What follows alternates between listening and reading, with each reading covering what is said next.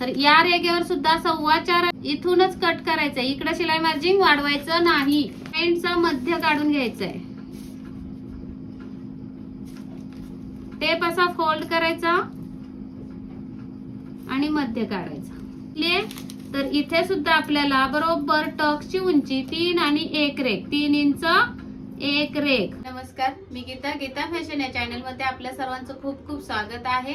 आणि आज असणाऱ्या रामनवमीच्या तुम्हाला सर्वांना खूप खूप शुभेच्छा. तर कटोरी ब्लाउजची कटिंग मी दाखवते. कटोरी कशी क्रिएट करायची म्हणजे कशी वाढवायची परफेक्ट. कटोरी चपटी होत असेल तर कटिंग कशी केली पाहिजे किंवा चपटी का होते याची सगळी कारणं मी तुम्हाला पुढे व्हिडिओ मध्ये सांगितले. कटोरी कटिंग करता तर व्हिडिओ पूर्ण बघा, स्किप करू नका आणि आवडला तर लाईक करायला विसरू नका. तर चला वेळ न लावता व्हिडिओला सुरुवात करूया. तर ही आपली मूळ कटोरी निघालेली आहे. याच्यावर आपण पॉइंट सुद्धा देऊन घेतलाय. जी पण तुम्हाला मूळ कटोरी भेटली आहे ती अशी बरोबर ठेवायचे. थोडे 1 ते 2 इंच या साईडला कागद राहायला पाहिजे. इकडं आपल्याला 2 इंच कागद एक्स्ट्रा, इकडं एक्स्ट्रा. अशा पद्धतीने मूळ कटोरी ठेवायची आणि चारही बाजूने अशी छापून घ्यायची.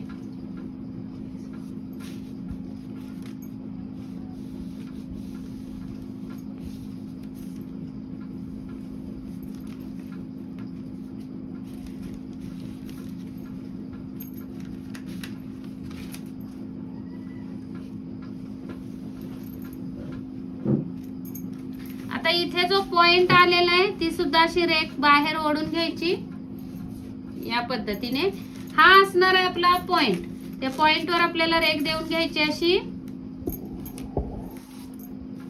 इथे सुद्धा थोडं असं वाढवून घ्यायचंय आणि इकडे सुद्धा ही रेख अशी थोडी वाढवून घ्यायची. आता या ज्या रेघा वाढवल्या आपण त्याच्यावर आपल्याला दोन्ही साईडला 1.5 इंच, दोन्ही साईडला 1.5 इंच, या साईडला आणि या साईडला सुद्धा 1.5 इंच. इथे आपण शिलाई मार्जिन दिलेलं आहे. हे बघा मूळ कटोरीला बघा हुक पट्टीचं शिलाई मार्जिन ऍड आहे याच्यात. त्यामुळे इथं आपल्याला इथूनच कट करायचंय. इकडे शिलाई मार्जिन वाढवायचं नाही. इथे मात्र शिलाई मार्जिन वाढवायचं. जेवढं पण आपण कटोरी जोडायला लागणार आहे ना तेवढं शिलाई मार्जिन वाढवायचंय. 3 रेघा लागतं मला. मी 3 रेघा वाढवले. तुम्हाला इथे अर्धा इंच कापड लागत असेल टिप मध्ये घ्यायला तर अर्धा इंच वाढवा. त्यानंतर आपल्याला ही लाईन जी आहे 1.5 इंचाची ती इथं बरोबर मिळवायची.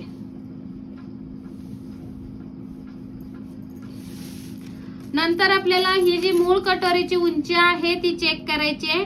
ही उंची आलेली आहे 4.25 आणि 1 रेघ.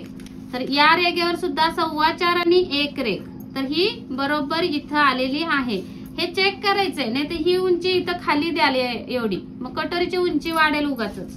त्यानंतर इथं आपल्याला थोडस असं तिरकस पट्टी ठेवायची, थोडीशी तिरकस गळ्याच्या साईडनी तिरकस, किंवा मग कटोरी मूळ कटोरीच्या इथं 3.5 वर एक खूण करून घ्या मूळ कटोरीवर आणि त्या खुणेच्या इथे आपल्याला 1 इंच अशी खूण करा. जसं आपण इथं 1.5 इंच केली तसं इथं 1 इंच आणि मग या 2 खुणा मिळून आपल्याला एक रेघ ओढून घ्यायची अशी. आणि नंतर आपला हा फ्रेंच कर्व जो आहे तो इथे बरोबर लावायचा आहे आणि या रेघेला टेकवायचा आहे.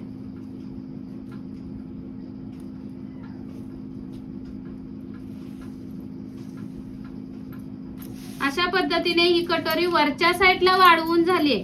आता आपल्याला हा जो पॉइंट आलेला आहे मध्ये त्या पॉइंटचा मध्य काढून घ्यायचा आहे. टेप असा फोल्ड करायचा आणि मध्य काढायचा. आता इथं खाली सुद्धा पूर्ण कटोरीचा मध्य काढायचा, इथं पासून इथपर्यंत.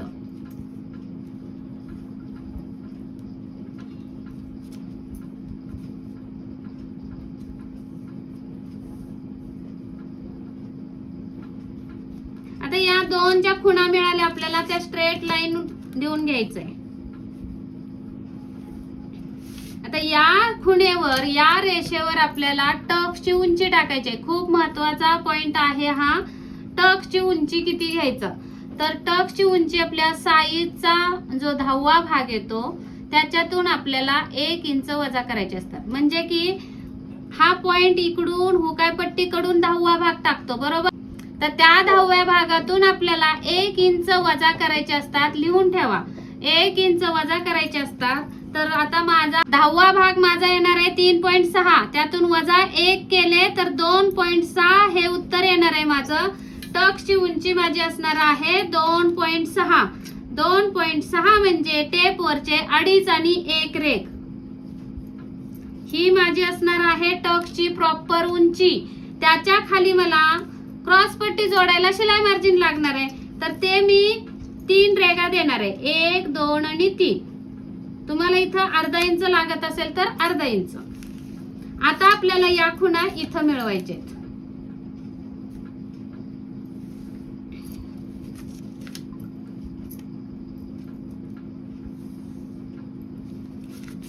टक्सची उंची तर निघाली, पण आता टक्सची रुंदी कशी ठरवायची. तर आता टक्सची रुंदी आपल्याला ठरवताना इकडे शिलाई मार्जिन टाकून घ्यायचंय. जेवढं पण आपल्याला जोडायला लागणार आहे, ही कटोरी जाणार आहे, ते मार्जिन टाकून घेतलं. इकडे सुद्धा हुकाय पट्टीचं मार्जिन टाकून घेतलं.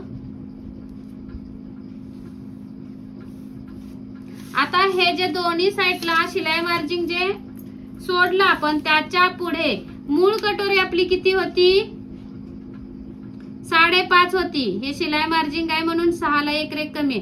मूळ कटोरी 5.5 ची घेतली होती. छातीचा 6वा भाग वजा अर्धा इंच म्हणजे माझा आलेला आहे 5.5. 5.5 चे निम्मे करायचे. 5.5 वर टेप असा फोल्ड करायचा आहे. जेवढा पण आपला फोल्ड आला तो या शिलाई मार्जिनच्या पुढे ठेवायचा आणि इथे खून द्यायची.